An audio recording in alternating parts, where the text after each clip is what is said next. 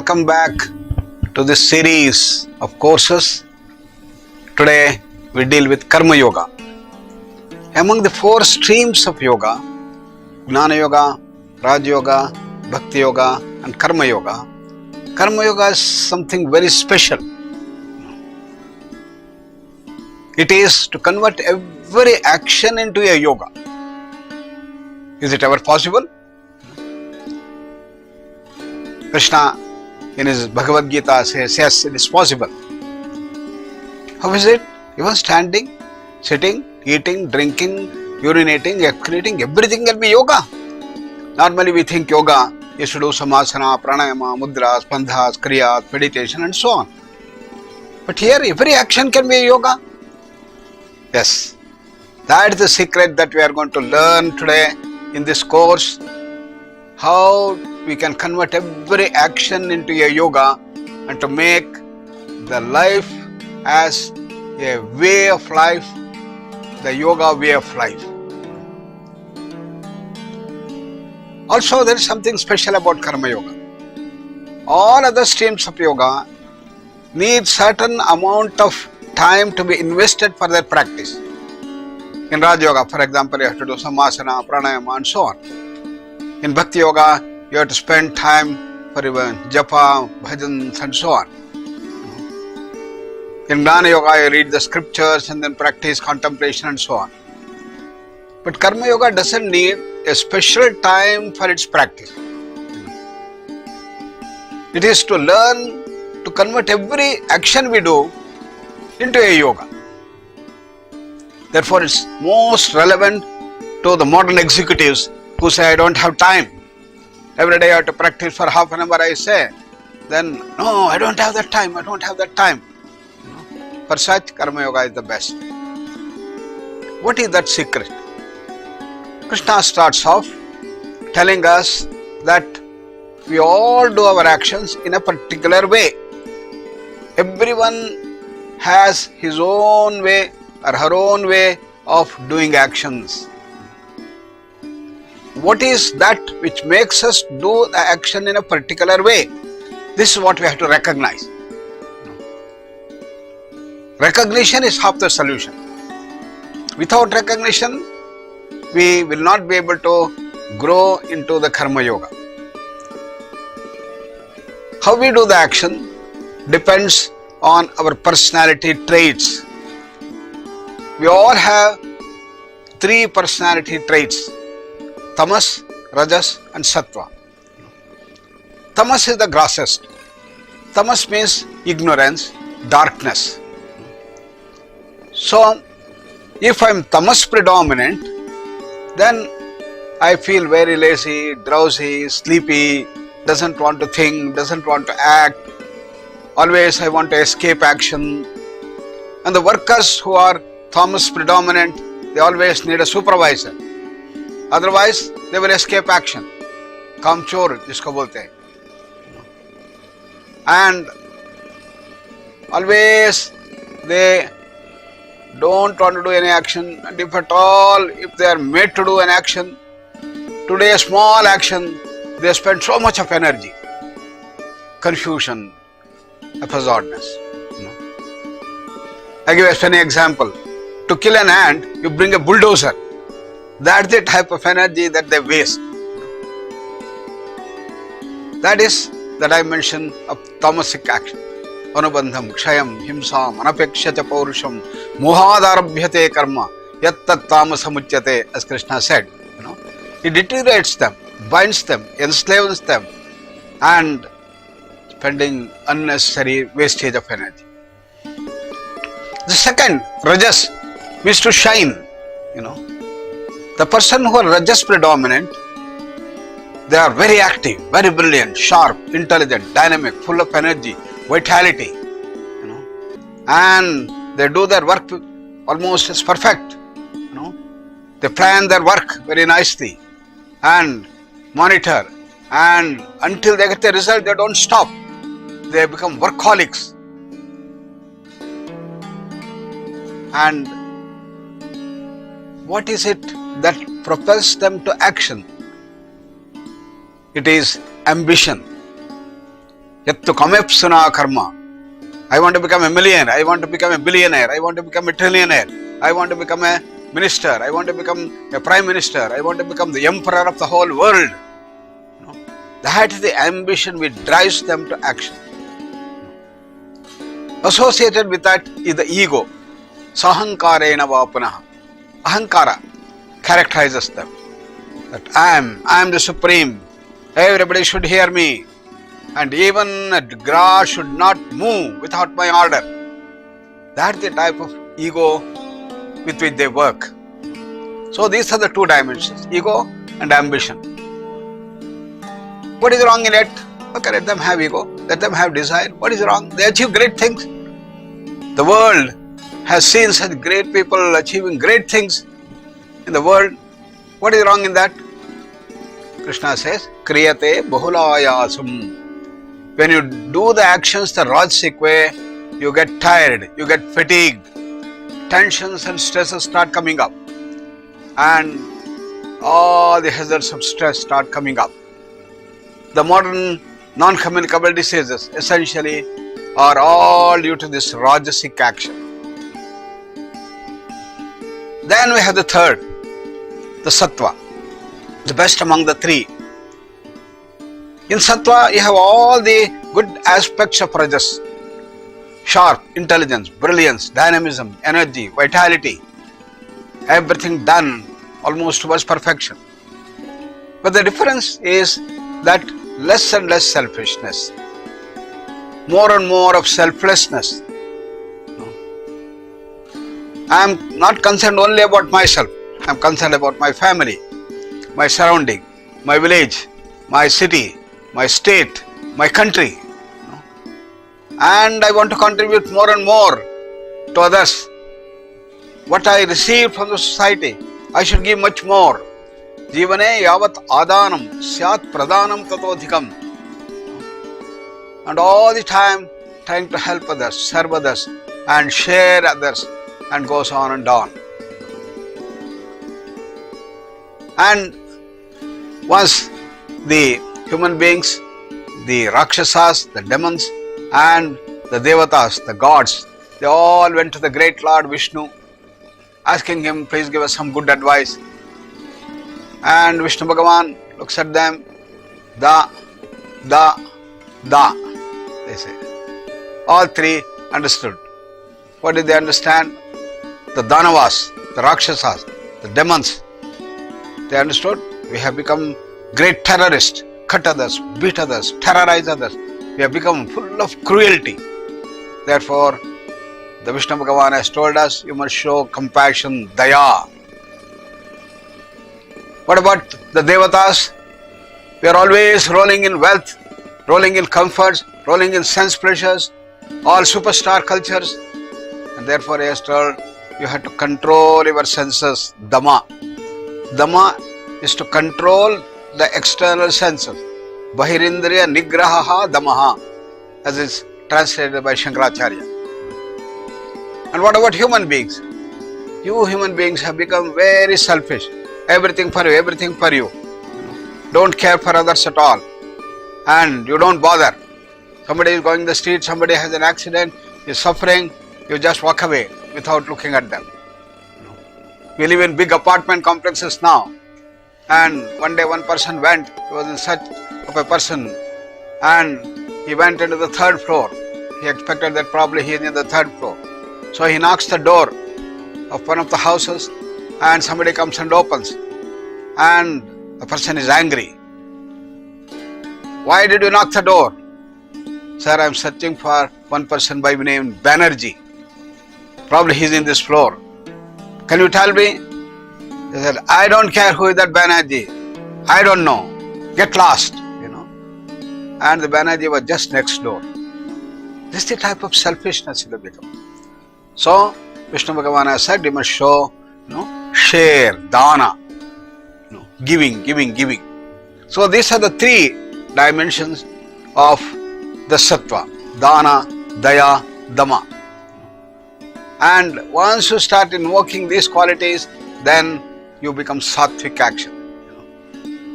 And this forms the basis of all religions. to do good for others, to help others, serve others, is the key essence of all religion. Whether the 10 commandments of Christ or whether the 10 dimensions of the Manu in his Manu Dharma Shastra, or the 10 dimensions of Yama, Niyama in Patanjali Yoga, all these are essentially sattvic actions. Less and less selfishness, more and more for others. So these are the 3 qualities with which we all are made. Only percentage will change. No. But we can find out how much of tamas, how much of rajas, how much of sattva I have. Today, thanks to modern psychology, we have got a nice questionnaire called Vedic Personality Inventory, VPI. You just administer that questionnaire, you fill it up in 10 minutes. You know how much of tamas I have, how much of rajas I have, how much of sattva I have. Maybe 40% tamas, 40% rajas, 20% sattva. So recognition is half the solution. I must know how much of guna I have and how I do my actions. Then comes the real role. I have to shatter the tamas, control the rajas and promote sattva. And this is to convert action into yoga. Yoga makes us to rise higher from our grass level to become rajasic and then move towards the sattva.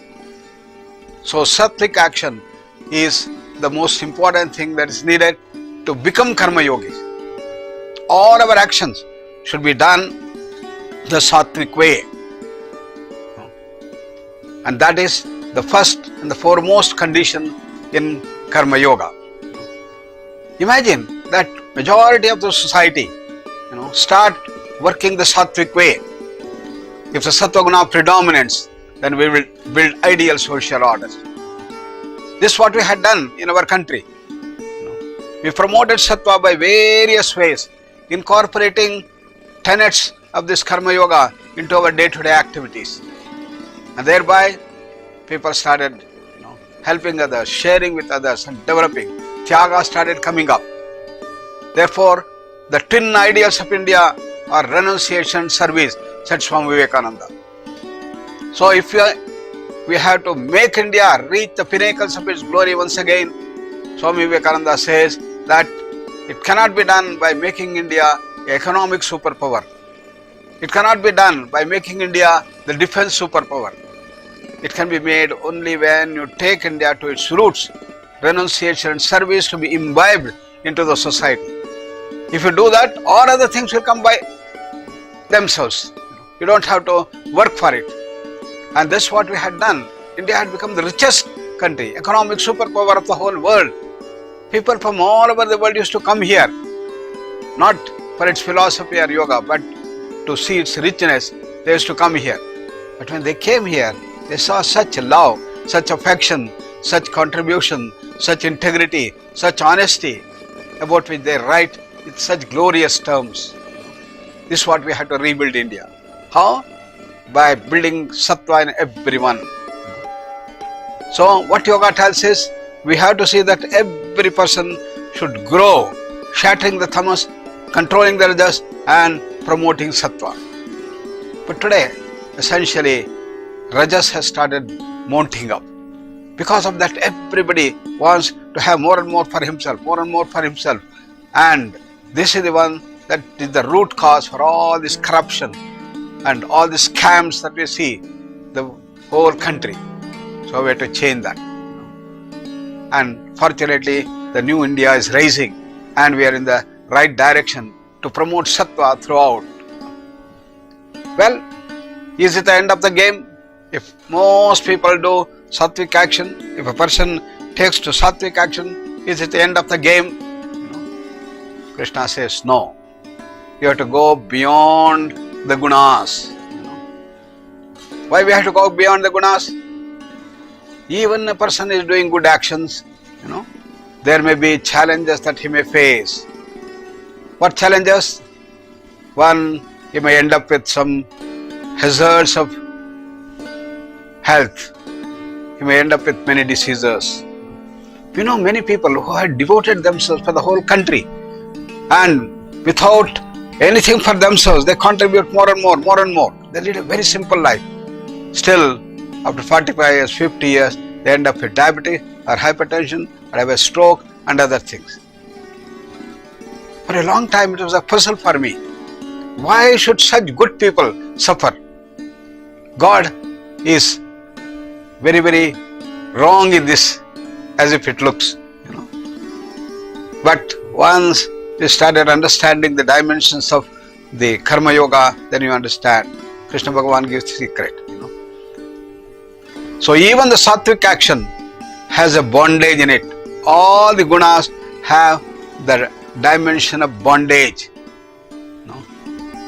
So we have to go beyond the bondage. What is that bondage? That is called attachment. Sangha. So you have to transcend the gunas. That means you have to overcome that bondage. And therefore, the Karma Yoga starts by reducing the attachment that you have for these gunas. Another dimension that can come, that is conflicts. You are doing good actions, but there can be a conflict between one good action, another good action. This is the opening scenario of Bhagavad Gita, which has been so dramatically presented with such clarity. Arjuna, who has come with the determination to wage the war, and he asked Krishna to take him to the forefront. And when he sees all Kauravas lined up, he was not surprised. And Karna, no surprise. But when he sees Kripacharya, Kulaguru, then he is confused. When he sees Dronacharya coming in front, then his mind is puzzled. And finally, when he sees Bhishmacharya himself commanding, then he is totally and absolutely confused. One side, his mind is telling, come on, you are a Kshatriya, you have to wage the war. Duty, it's your duty. On the other side, humanitarian consideration. Should I kill all these people? My own teachers, my own gurus, and the greatest of the Gnanis like Bhishma, and inflict pain on them?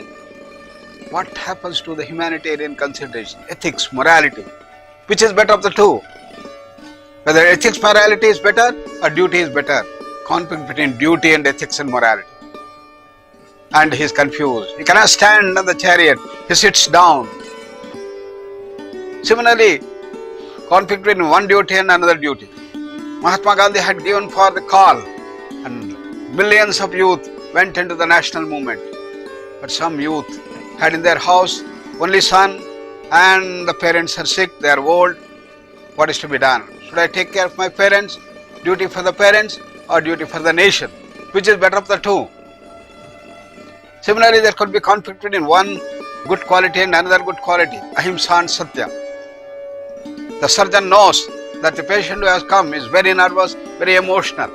And if he tells him the truth that you have cancer, then cancer will grow and all the surgery he does is not going to be successful. So what is to be done? Whether he tells the truth or whether he resort to ahimsa. So like that, conflicts arise between one ethical norm, another ethical norm. One duty, another duty. One duty, another ethical norm.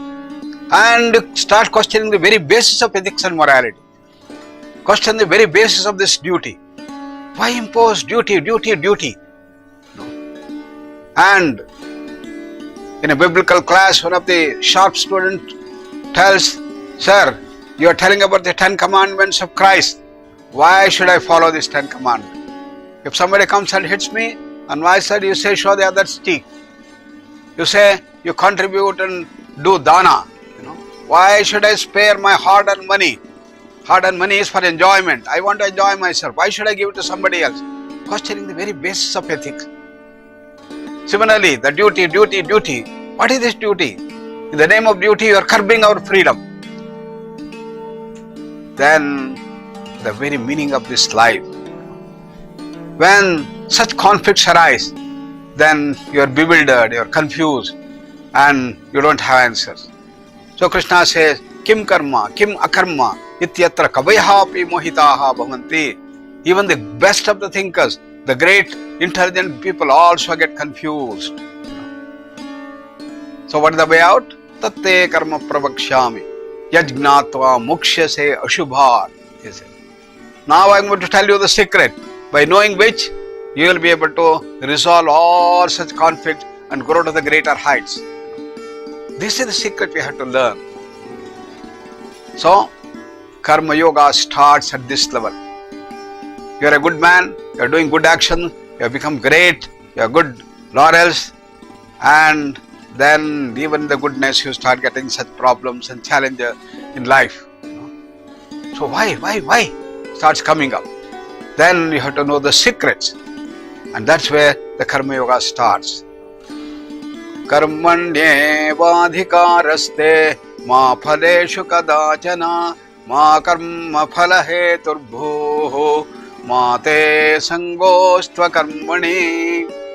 This is the key shloka of Karma Yoga. Karmaneva adhikarahate.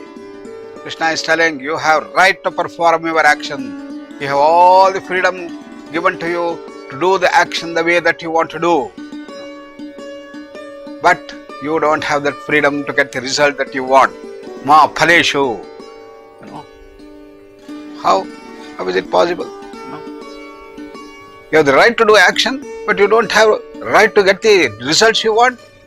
Yes, because the results are not in your hands. You may do all the good things and you have invested in good shares, and suddenly the share value increases. I remember this is what happened in the Silicon Valley. Suddenly there's a boom, and lot of my friends, they become suddenly overnight they become millionaires. They were all so excited, so happy. And after a few years, again they had invested all this money. There's a collapse of the share market, and all the money they had invested just went away. Millions of dollars went, and they got only few $100 left in their share. So result is not in our hands.